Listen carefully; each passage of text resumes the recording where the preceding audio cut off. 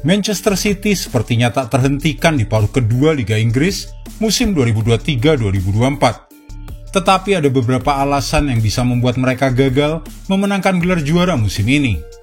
Manchester City bagaimanapun juga telah memenangkan 10 pertandingan berturut-turut di semua kompetisi, termasuk 6 laga terakhir di Liga Inggris. Lalu kembalinya Kevin De Bruyne dari cedera memberikan tambahan kekuatan yang signifikan. Sementara Erling Haaland juga telah kembali ke tim. Dengan formasi yang kini sudah dalam kekuatan penuh ini, skuad Pep Guardiola memiliki kesempatan untuk kembali ke puncak klasemen, sesuatu yang belum mereka capai sejak November lalu.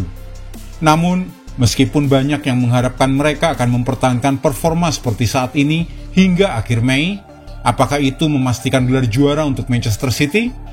Kami menemukan beberapa alasan yang masuk akal.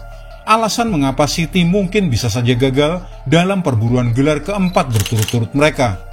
Ada beberapa faktor, baik itu faktor dari dalam skuad mereka sendiri, ataupun kelebihan dari rival terdekat mereka seperti Liverpool dan Arsenal. Simak semua alasannya sebagai berikut. Yang pertama adalah keunikan pertahanan Manchester City. Media berita beberapa hari ini dipenuhi dengan kehebatan skuad Pep Guardiola di awal tahun 2024. Memang sulit untuk menemukan kelemahan dalam performa Manchester City. Tetapi ada satu pola unik yang muncul musim ini. Pola yang muncul bukan hanya sekali atau 5 kali, tetapi sudah terjadi sebanyak 12 kali di semua kompetisi di mana Manchester City kebobolan dari tembakan pertama lawan. Kejadian tersebut terulang pada akhir pekan lalu. Setelah 20 menit berlalu, umpan panjang dari Mark Flekken dari Brentford, kemudian Ivan Toney menahan Nathan Ake, memungkinkan Neil Maupay untuk lolos ke arah gawang tanpa hambatan dan mencetak gol melewati Ederson. Manchester City di laga tersebut mendominasi penguasaan bola dan unggul di hampir semua metrik lain dalam setiap pertandingan yang mereka mainkan. City juga masih merupakan tim yang menerima tembakan lawan paling sedikit di antara semua tim Liga Premier, hanya 8/90 menit. Tentu ini merupakan prestasi yang baik. Namun tembakan yang membuat mereka kebobolan memiliki kualitas yang lebih tinggi daripada rata-rata tim lain. Dengan nilai XG per tembakan yang mengukur kualitas rata-rata dari tembakan yang diberikan sebesar 0,12, menjadi salah satu yang tertinggi dari setiap tim musim ini. Sebagai perbandingan, Arsenal memiliki XG per tembakan yang berakibat gol kebobolan terendah sebesar 0,08, serta jumlah tembakan ke gawang mereka terendah per 90 menit. Hal ini menunjukkan bahwa pertahanan Arsenal menjadi salah satu yang paling solid di Liga Inggris. Bagi City, fakta ini membuat pola unik tersebut sedikit aneh. Ketika lawan berhasil mengecoh mereka, atau seperti yang terjadi dalam pertandingan melawan Brentford, yang bermain menyerang secara langsung melawan mereka, City justru memberikan peluang-peluang berkualitas tinggi kepada lawan. Meskipun mungkin terdengar sepele, jika lebih banyak tim dapat terus memanfaatkan sedikit kelengahan City pada beberapa kesempatan tersebut, hal itu bisa membuat perlombaan perebutan gelar juara menjadi lebih menarik. Berikutnya, kedalaman skuad Liverpool lebih baik. Liverpool mengalami kekalahan saat melawan Arsenal. Ya mau bagaimana lagi, udah kejadian kan? Tetapi mereka kemudian bangkit dengan mengalahkan Burnley dengan skor 3-1. Dan beberapa bulan terakhir telah menunjukkan bahwa The Reds menjadi penantang terkuat bagi City musim ini. Jurgen Klopp memiliki banyak opsi pilihan pemain, terutama dalam lini serang mereka. Hingga sebelum kalah dari Arsenal, Liverpool hampir tidak mengalami kendala saat Mohamed Salah yang absen di Piala Afrika.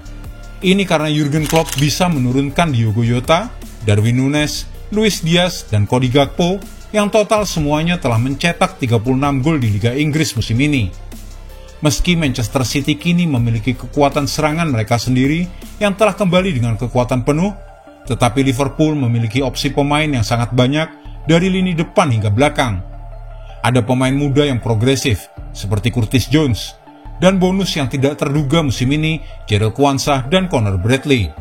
Kemudian ada veteran yang kembali fit, termasuk Andy Robertson dan Thiago, yang telah kembali bermain untuk paruh kedua musim ini. Liverpool memang tersandung di markas Arsenal, tetapi dengan beberapa personel kunci absen, mereka tetap berada dalam 2,2 poin per pertandingan dengan ruang untuk perbaikan. City harus benar-benar bagus untuk mengatasi angka-angka Liverpool tersebut. Arsenal sudah tidak takut Manchester City. Berbeda dengan musim lalu, di mana kekalahan dari Manchester City tampaknya sudah pasti tak terhindarkan dalam setiap perhitungan poin. Tapi kali ini Arsenal percaya bahwa mereka memiliki peluang untuk memenangkan pertandingan di Etihad pada 31 Maret nanti. Mikel Arteta sebelumnya telah mengalami 8 kekalahan dalam pertemuan Liga Premier melawan tim asuhan Guardiola sebelum musim ini. Skor agregat 22-3 selama 4 tahun terakhir, termasuk kekalahan 7-2 dalam 2 pertandingan musim lalu. Itu benar-benar telah meninggalkan bekas luka yang cukup dalam. Tidak ada kepercayaan diri untuk dapat mengalahkan rival terbesar mereka, secara langsung dapat menciptakan dampak psikologis pada para pemain Arsenal. Itulah sebabnya, meskipun sempat memimpin liga dalam jangka waktu yang cukup lama musim lalu, kunjungan ke Etihad pada bulan April 2023 terasa seperti perjalanan menuju kehancuran. Namun pemain Arsenal kini sudah tidak terpesona lagi oleh kekuatan City musim ini, dan psikologi memainkan peran penting dalam 2 kemenangan mereka musim ini, meskipun satu diantaranya melalui adu penalti di Community Shield. Kemenangan-kemenangan ini menjadi sangat penting. Selain itu, performa pertahanan yang solid mungkin juga memainkan peran dalam keberhasilan mereka. Arsenal kini mengandalkan fondasi pertahanan yang lebih kokoh daripada asal bermain dengan serangan sporadis. Setiap pertandingan di tahap akhir musim lalu dipenuhi dengan drama. Musim ini, meskipun mungkin permainan mereka terasa kurang menarik seperti musim lalu, tetapi Arsenal kini lebih stabil secara emosional. Kedatangan Declan Rice memberikan kontribusi dalam hal itu. Begitu juga dengan William Saliba yang berada di barisan pertahanan menggantikan Rob Holding yang pergi ke Crystal Palace. Meskipun Saliba kadang masih melakukan kesalahan, namun ketenangannya dibandingkan dengan Holding yang musim lalu bermain di City dan kini tidak mendapatkan satupun menit bermain bersama Crystal Palace sangatlah mencolok. Faktor Jurgen Klopp di Anfield. Balik lagi ke Liverpool. Jangan lupakan bahwa Liverpool masih memiliki kendali atas nasib mereka sendiri. Meskipun kalah dari Arsenal mengakhiri rekor tak terkalahkan mereka dalam 15 pertandingan liga. Dan jika Manchester City menang dalam pertandingan tambahan mereka di laga kedua musim ini melawan Brentford, maka De Bruyne dan kawan-kawan akan datang dengan keunggulan 1 poin saat Manchester City datang ke Anfield pada 10 Maret nanti. Ini tentu menjadi tambahan moral bagi pasukan Guardiola.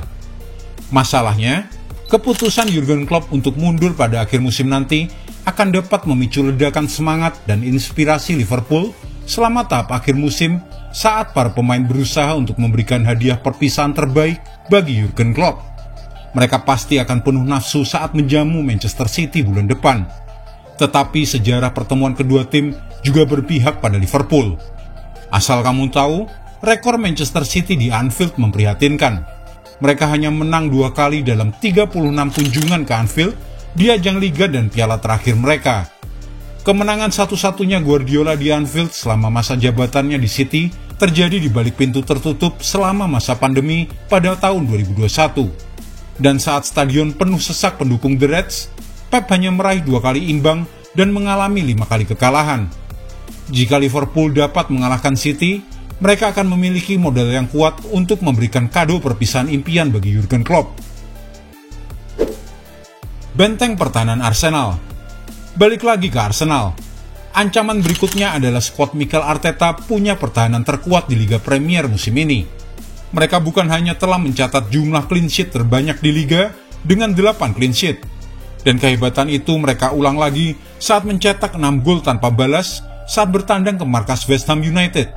6 gol tanpa balas. Sadis ya? Satu-satunya hal yang menghambat Arsenal adalah kesalahan pemain mereka sendiri. Karena mereka menempati peringkat kedua tertinggi di Liga untuk kesalahan yang menyebabkan gol, dengan total 5 gol kebobolan. Ini masalah yang mereka alami sejak musim lalu. Masalah ini telah menghambat Arsenal meraih kemenangan yang seharusnya mereka dapatkan. Seperti yang terlihat dari fakta bahwa mereka juga memiliki XG tertinggi di Liga sebesar 26,8. Sementara City menempati peringkat kedua tertinggi dengan 22. Meskipun demikian, fondasi pertahanan yang begitu kuat merupakan hal yang harus diwaspadai dari skuad Mikel Arteta. Meskipun mereka juga perlu memperbaiki kesalahan kebobolan gol yang tidak perlu. Nah kini, kembalinya Takehiro Tomiyasu memberikan opsi pertahanan yang lebih defensif bagi Arteta jika diperlukan.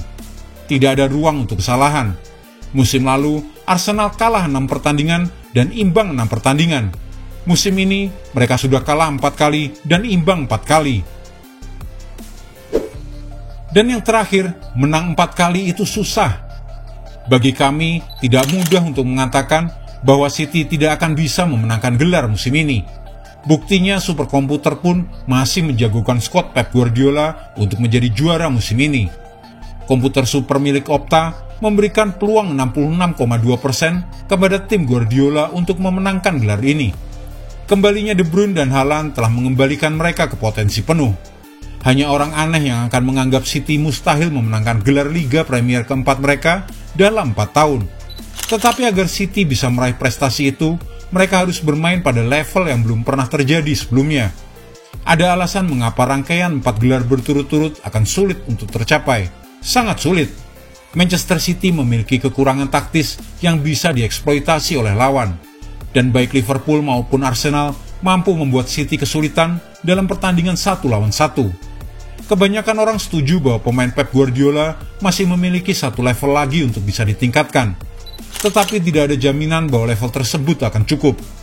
Dan masih banyak pertandingan yang harus dimainkan antara sekarang hingga 19 Mei mendatang. Jika Anda menyukai video ini, jangan lupa klik like, share, subscribe, dan tendang loncengnya agar tak ketinggalan update terbaru dari kami.